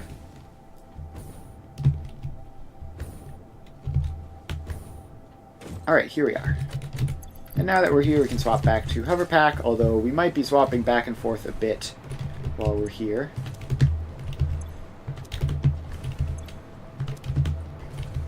So this is outputting 300 some each. That seems low. It seems like this probably is going to need another train.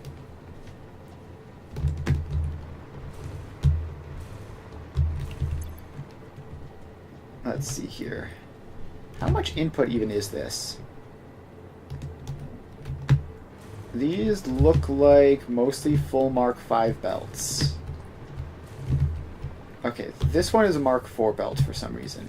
Why are you a Mark IV belt? Can you just be accelerated?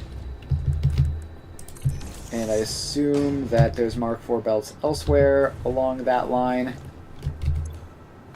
which is why it's not going to be accelerated. But if all of these are outputting at the same rate, then that rate must be a consequence of the train and not of the input. So yeah, this is filling up like lightning fast, and the train seems to not even be at the point. Why is it doing that? It's going through the intersection anyway and then looping around. That's got to be wrong. Surely there's a better way of doing that. Although maybe not. I mean, maybe that is just the way that it thinks is most sensible.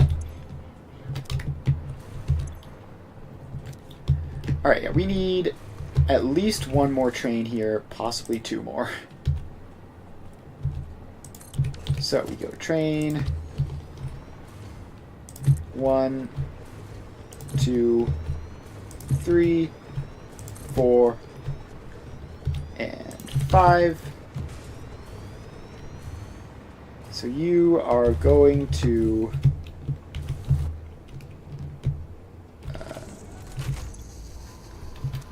you're going to line up nice and neatly with the station.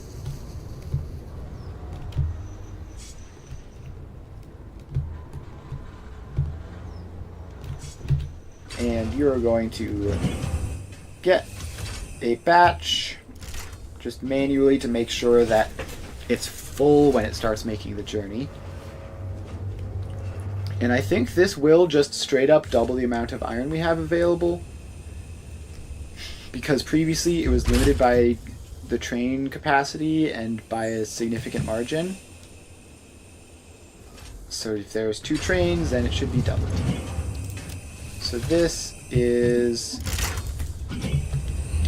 Dune Desert Iron 2, and it goes there. It goes to Iron Hub 1, and save changes, turn on self-driving, off you go. Is it doing another cycle? I think it's doing another cycle for some reason.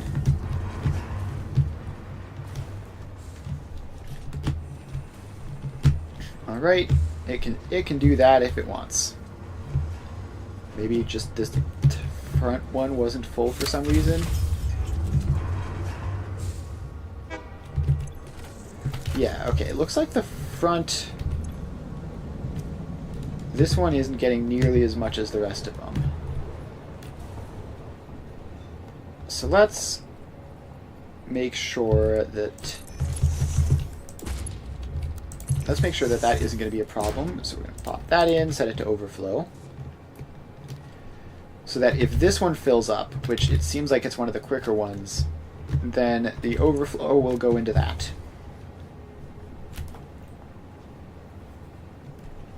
Although that will also... Yeah, no, that should be fine.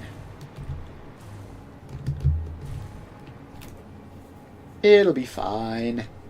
What could possibly go wrong?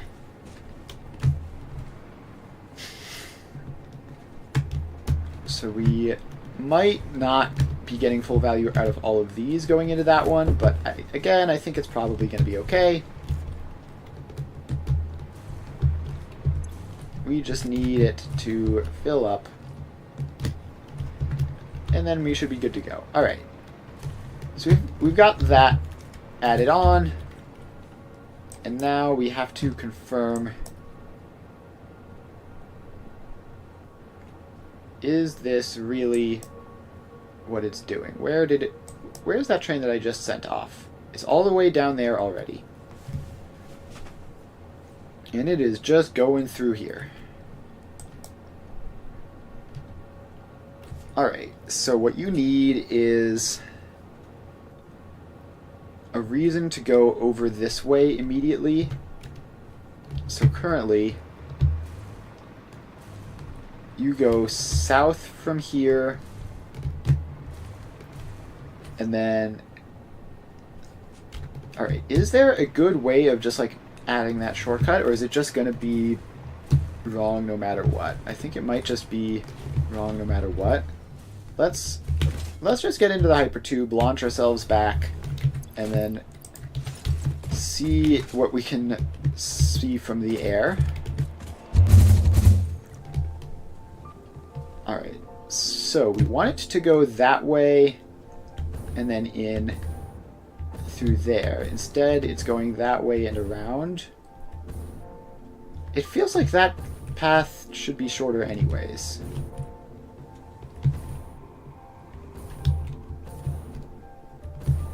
It feels like that path should just be shorter. Alright, we made it, and back to hover pack. I mean, if it's going to be enough, it's going to be enough, and that's fine. Like, if the shortcut setting doesn't have any meaningful impact, but the extra train helps, then I'm not going to complain. I'm just going to be happy that it's fixed. But I do want the shortcut to work.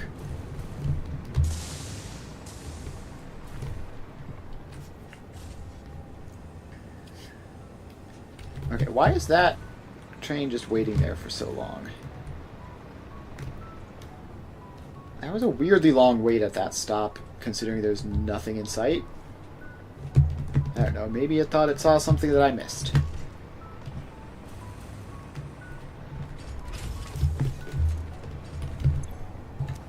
Alright, so now we have another train come into here for heavy modular frames. This one is leaving.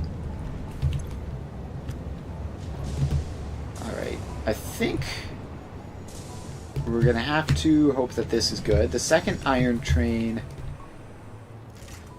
Is it going back? Oh wait, no, I just got confused about which train was which. That train going that way is coal, which is probably just not being fully used. Alright, so yeah, I think my scheme to add a shortcut on has somehow managed to make it worse. So that's unfortunate, but not the end of the world. At least we have our nice gifts. And so yeah, it looks like all of these are backlogged now. At least they're producing as fast as is physically possible. Blue ornaments is completely backlogged and will be stopping soon. The rest of them still have plenty of space. But some of them, like this one, can actually handle faster belts. So you can be marked to down to there. You're 50 a minute, you're not anything, you're not anything. Alright, so the rest of these are going as fast as they can. But this one can go faster and fill up and produce lots of snow. Alright. So that is everything sorted out here that we can do.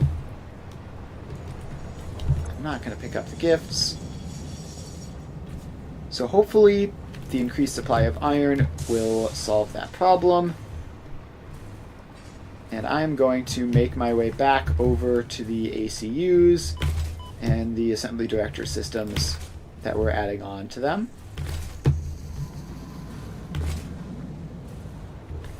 So hopefully that there will be iron there now. Be real unfortunate if there weren't.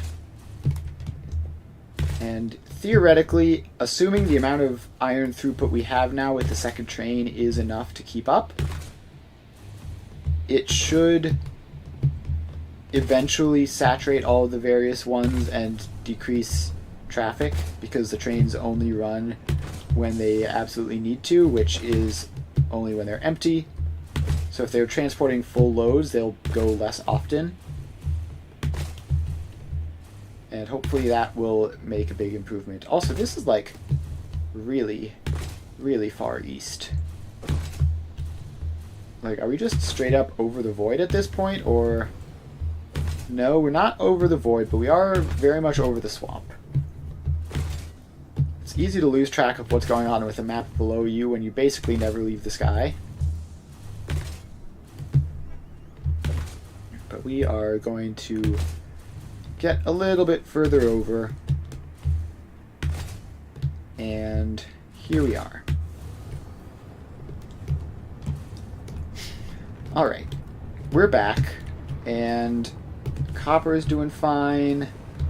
Iron is still in shambles, which is entirely unsurprising, of course.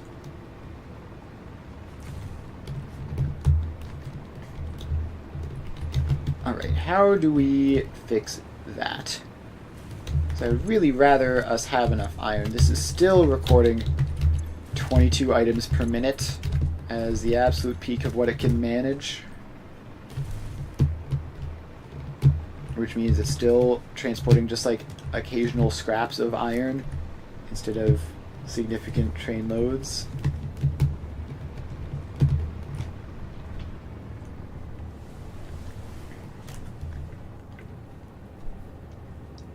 Alright, so while we're here, what is the next step?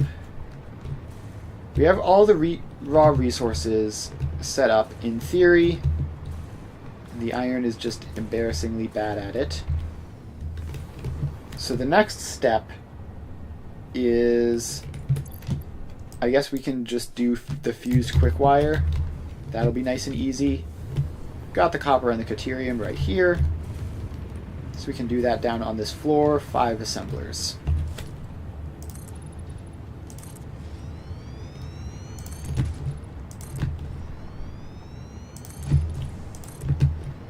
Alright, we're just going to do a 1-to-6 splitter for the assemblers again.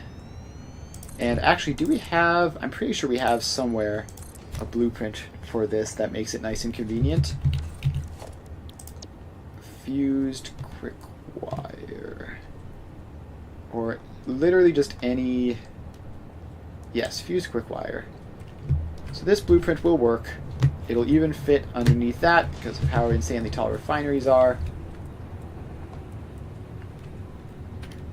So this is 3. And we're just going to pop down 2 of these and then change the ratios.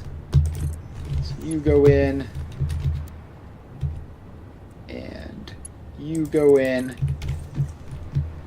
So it is a total of... Okay, it outputs into 2 different places, which means that we need to do the math because it doesn't tell you exactly how many it is. It is 278.571 plus 140 is 418.571 divided by 6. 418.571 divided by 6.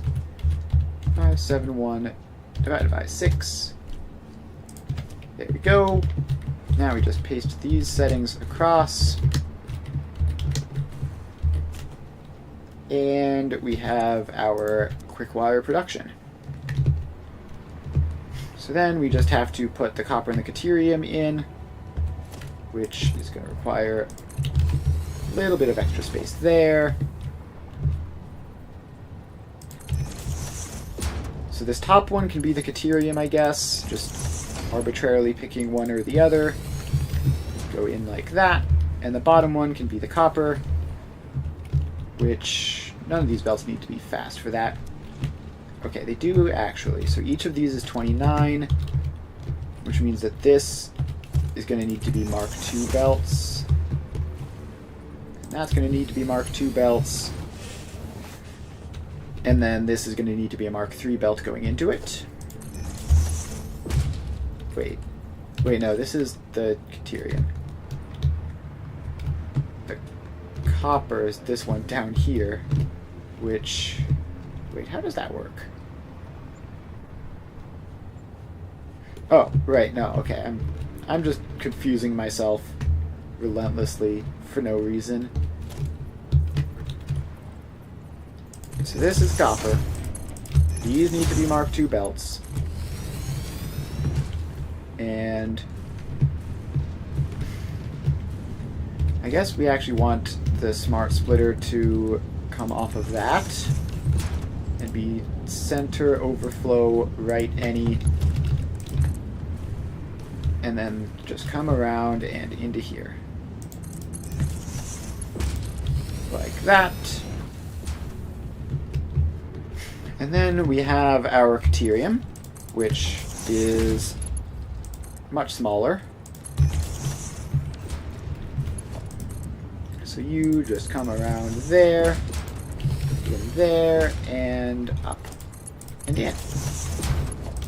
Alright, so we connect power lines across. Gotta be a power line back here somewhere. There's one over there. So that is our quick wire done, nice and easy. It's always nice to just be able to easily throw together a quick setup.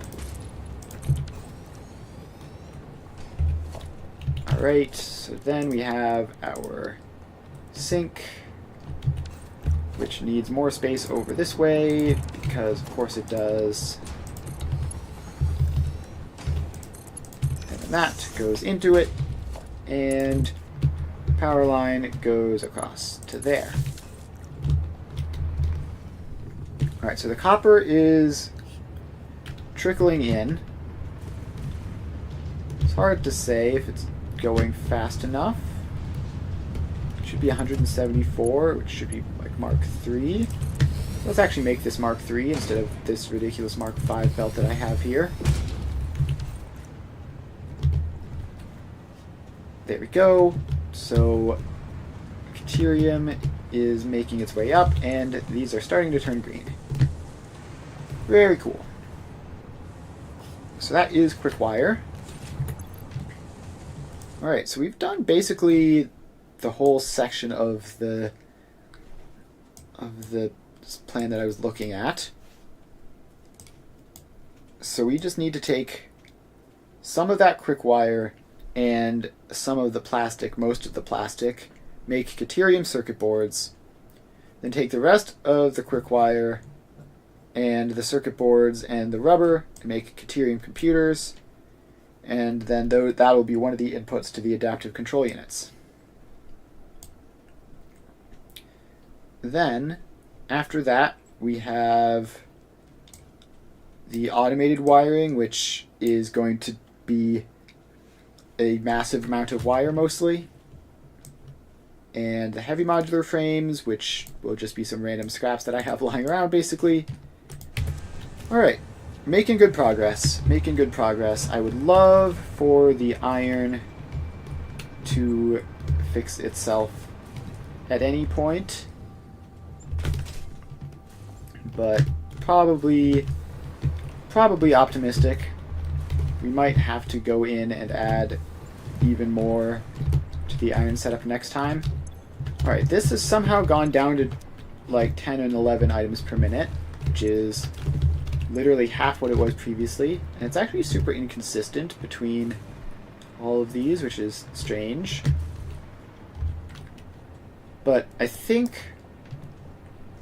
we're going to call the stream there for today.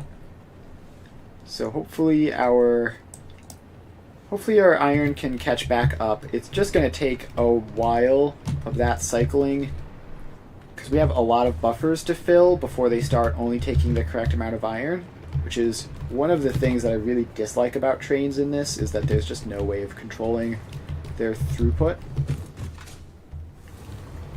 But regardless of that, it'll get sorted out eventually, and then hopefully the ACUs will get some iron as well. But that's going to be it for today, so thanks Em for hanging out. Had a lot of fun. Make sure to follow if you haven't already. I stream every weekday from 2 to 5 Eastern Time, and I play various factory building games. So I'm currently alternating between Satisfactory and Factorio. I've played Foundry in the past, but I'm having a lot of fun with the games I'm playing right now. I'm probably going to keep playing them for a long time. So make sure to follow so that you can see when I'm live, and I will be doing Satisfactory again on Monday and on to Factorio on Tuesday. So that's about it. Thanks, everyone, for hanging out.